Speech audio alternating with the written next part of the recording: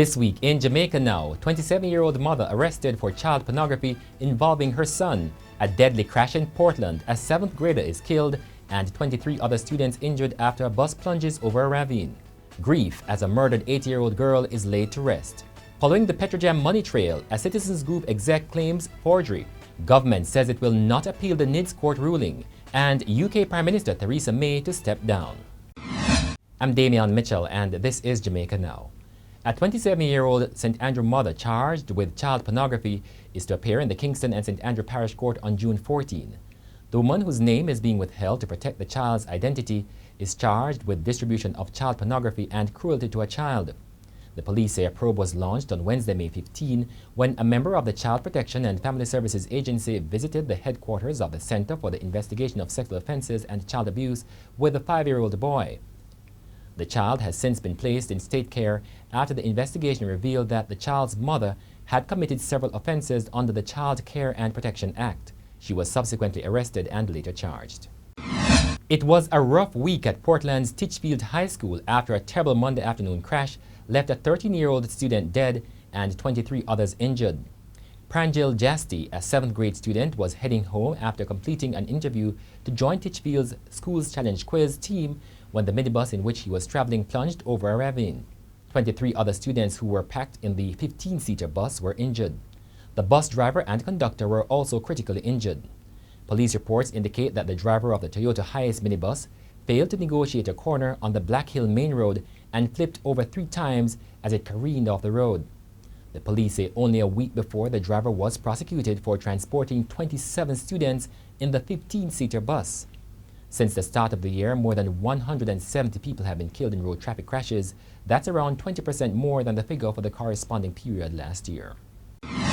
And there was raw grief on Sunday at the funeral of 8-year-old Shantae Scars at the Meadowvale Seventh-day Adventist Church in St. Andrew. Scars was found murdered last month, 5 days after she was reported missing after she failed to return home from school.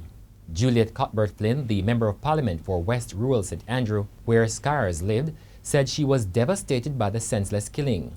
She told the packed church that she was moved to find solutions to the issues that were traumatizing the society. According to Cuthbert Flynn, Jamaica is too quiet in communities that know of murderers.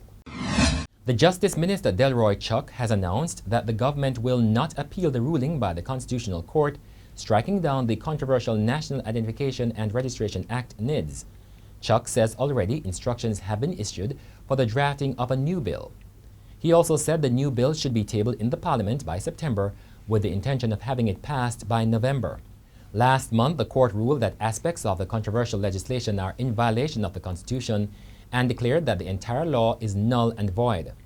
In delivering the judgment, Chief Justice Brian Sykes said it was the unanimous decision of the court that the mandatory requirement for NIDS for persons to submit their biometric information is a violation of the right to privacy, which is stipulated by the Constitution. Sykes said it was the court's decision for the law to be struck down in its entirety because those aspects which did not infringe on the constitutional rights of citizens were not enough to stand alone. A Gleaner investigation has revealed that 5 weeks after a controversial $9 million donation from Petrojam hit the bank account of the Sydenham Citizens Association, nearly all the cash was removed in 9 withdrawals of $900,000 each. The donation, which is the subject of an investigation by the Major Organized Crime and Anti-Corruption Agency, has also stirred turmoil among members of the association's executive. A review of the Sydenham Association's account held at the Scotiabank revealed that the sponsorship by the state-owned oil refinery of $9 million was deposited on July 7, 2017. This was 12 days after an email requesting the donation on behalf of the association was forwarded to the then Petrojam General Manager Floyd Grinley by Lionel Mary. Mary was a director of the refinery's parent company, the Petroleum Corporation of Jamaica. The donation was discussed at the association's executive meeting on Sunday, with some members distancing themselves from the $9 million deposit. Others have resigned from the executive of the nearly 50-year-old organization after claiming that they were not getting answers about the deposit and withdrawals from the president, Michael Hewlett. Hewlett now resides overseas. And Petrojam and the government gave up revenues totaling close to $300 million because of the decision taken by former General Manager Floyd Grinley to shave off $2 off the ex-refinery price of gasoline products around the time of the 2016 local government elections. There was another $2 cut over a one-month period ending in January the following year. But more troubling for some members of the Public Accounts Committee of Parliament was that senior executives at Petrojam could not indicate on whose instructions Grinley acted when the price rollback was implemented. Facing questions from PAC Chairman Mark Golding and Michael Phillips, Michael Hewitt, Manager of Logistics and Marketing at Petrojam and a member of the company's pricing committee, recounted that he and the Chief Financial Officer at the time raised objections to Grinley's actions but were overruled. UK Prime Minister Theresa May has announced that she will be stepping down as UK Conservative Party leader in 2 weeks. She has admitted defeat in her attempt to take Britain out of the European Union and has now sparked a contest to replace her as Prime Minister. May said she will quit as head of the governing party on June 7, but will stay as caretaker Prime Minister until the new leader is chosen. The Conservatives aim to complete this process by late July.